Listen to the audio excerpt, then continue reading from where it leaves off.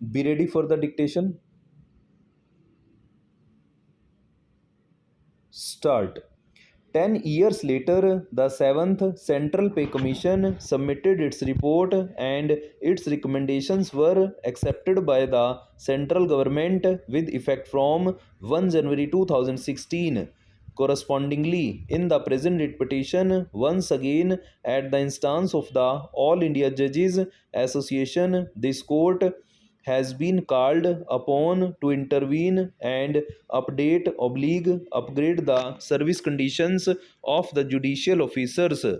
This court, by the order dated 9 May 2017 in writ petition civil number 643/2015, appointed the Second National Judicial Pay Commission headed by Justice P.V. Reddy, retired, as its chairman, with senior advocate R. Basant, former judge, as its member. Pursuant to the order of this Honorable Court, the Government of India, by its resolution dated 10/11/2017, constituted the Second National Judicial Pay Commission.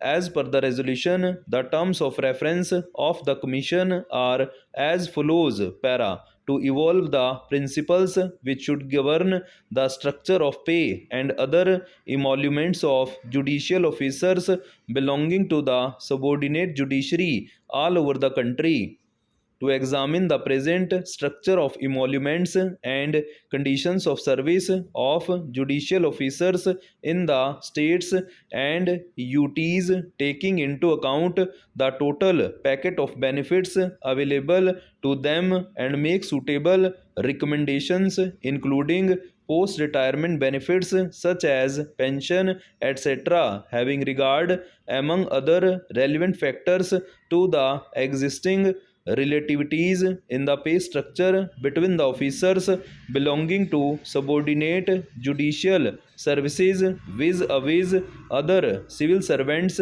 and mechanism for redressal of grievances in this regard, to examine the work methods and work environment, as also the variety of allowance and benefits in kind that are available to judicial officers in addition to pay, and to suggest rationalization and simplification thereof with a view to promoting efficiency in judicial administration, optimizing the size of judiciary, etc., and to remove anomalies created in implementation of earlier recommendations, to consider and recommend such interim relief as it considers just and proper to all categories of judicial officers of all the states oblique union territories.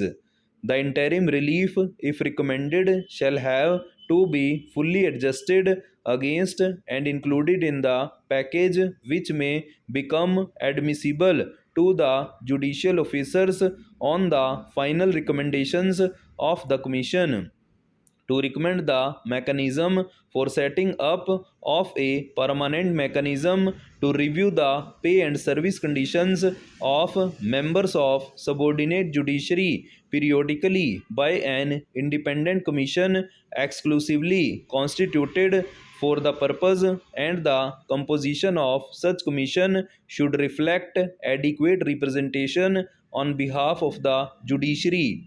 It is seen from the report of the Commission that it held region wise consultative conferences in the cities of Guwahati, Mumbai, Kolkata, Kochi, Delhi, Chandigarh, Chennai, Lucknow, Bhopal, Visakhapatnam, and Srinagar, where long deliberations took place with the representatives of the All India Judges Association, All India Retired Judges Association, state associations, officials of the registry, and deputed officers of high courts and senior government officers. A perusal of the report indicates that the Commission has analyzed the representations from various sources and periodically consulted with several experts while preparing working sheets and calculations. After wide consultation, the Commission realized a need for interim relief to be granted to judicial officers as their pay had not been increased for more than 10 years. Thus, they submitted a report on interim relief to this court on 9 March 2018.